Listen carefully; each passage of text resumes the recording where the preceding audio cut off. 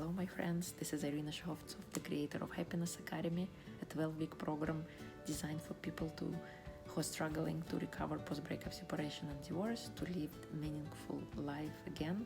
And I do it by addressing 4 states of being: physical, emotional, spiritual and mental, by providing tools and solutions that have worked and have proven successful. And I'm also the creator of Single Parent Success Stories, a podcast for single parents who are struggling, by listening to stories of single parents who have been there in the trenches and are now successful. Today I wanted to share with you 8 tips on how to have a consistent day with your children, how to structure your day in this time of isolation when we are home with the children. And if you're trying to work from home, could be difficult, and homeschooling at the same time.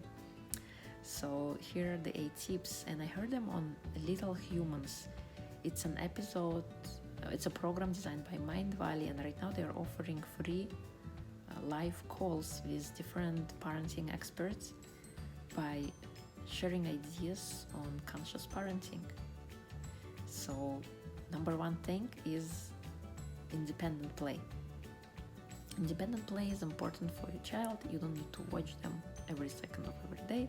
You could design this time where they go and they play by themselves, and you can do that by setting up a place where they can do it, maybe throwing a few toys, but letting them play a little bit is crucial, is important. It develops their imagination and their ability also to contain themselves, where you're not entertaining them and they're entertaining themselves.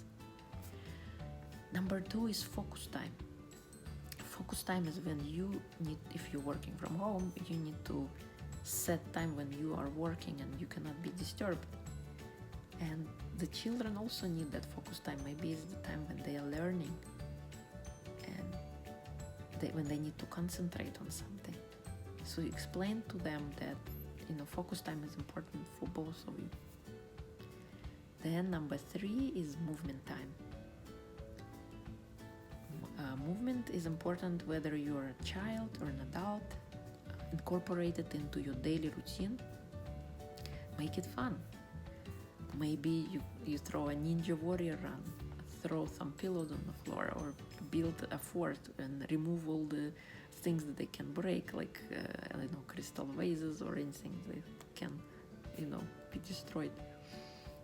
Or do play go noodle, or Simon Says, or twist, something active. Then number 4 is messy time.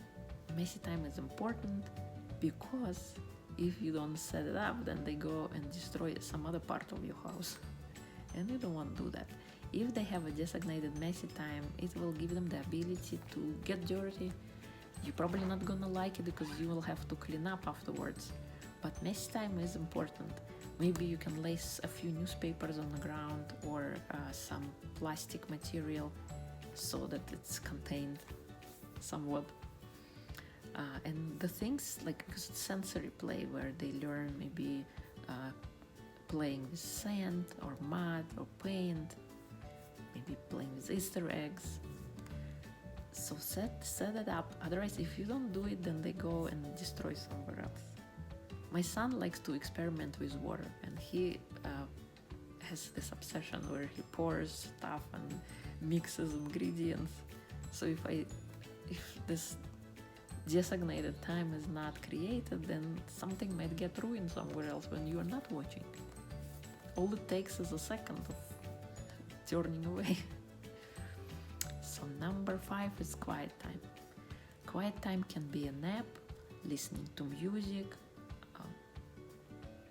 because everyone needs a break to stay sane, so that we don't break down, we don't scream, we don't become aggravated. We all need quiet time.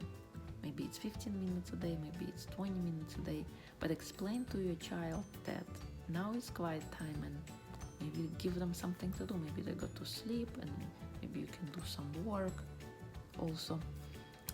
Next up is a fixed expected screen time, and it should be predictable. So you design maybe what time of day and for how long they are allowed to watch stuff on the screen. Yes, we are all home now, and you're thinking maybe I can get stuff done, and yeah, you can get the stuff done, but do the things that are important during that time. Maybe work that you can go in a meeting, or do some kind of work that's important. Don't do household chores during the time when it's screen time. Designate the screen time when you can do some meaningful work. Number 7 is do household chores together, and pick something age appropriate. Don't ask your 2-year-old to do laundry, that's not gonna happen. But maybe get them involved, do laundry together, and ask them and explain to them that if we don't do it today, then tomorrow we'll have no clean clothes left, and so it must be done. Maybe play a game, make it fun. Cooking is a great one. My kids love to cook, and when I involve them even more so, I was making soup the other day, and one of them was cleaning the onion, the other one was cleaning the garlic, then they were cutting carrots. They're not gonna do it perfectly if it's you just starting out, but over time, if you keep consistent with it, then you will discover that they're gonna become better at helping you. And also, in the end of the day, when everything is said and done, what you'll discover is maybe they will appreciate more for the things that you do and have a better respect, and maybe they don't throw food on the table, or they can say, oh, I want to eat it, because they were part of the whole meal preparation. They were part of this journey together with you. So, you'll get a better appreciation like that for things that you do for them. Because if they don't see it, they don't give a second thought to it. Finally, the last one, number 8, is family time. Yes, we are home together with children right now, but designate at least a moment, like maybe a minute of your day, where you sit down, screens aside, you're not watching anything, you're not doing anything. You're just sitting and having a conversation with your kid or with your family. Just ask them how the day went, what happened today, maybe some things that you didn't like how they went, and talk about it. Have a normal conversation. Maybe play Scrabble together, or play bingo, or some kind of a family game that you were doing that when you were running around and busy all the time and commuting and doing this and that and the other thing.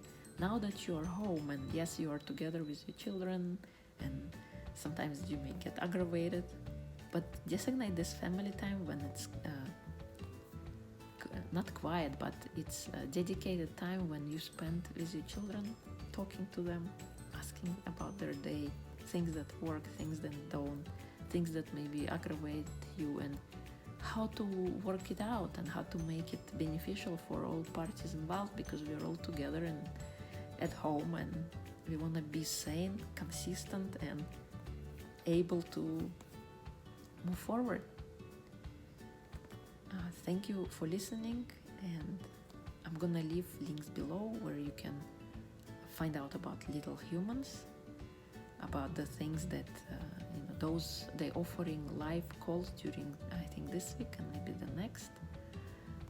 It's about conscious parenting by bringing in experts all over the world and talking about different subjects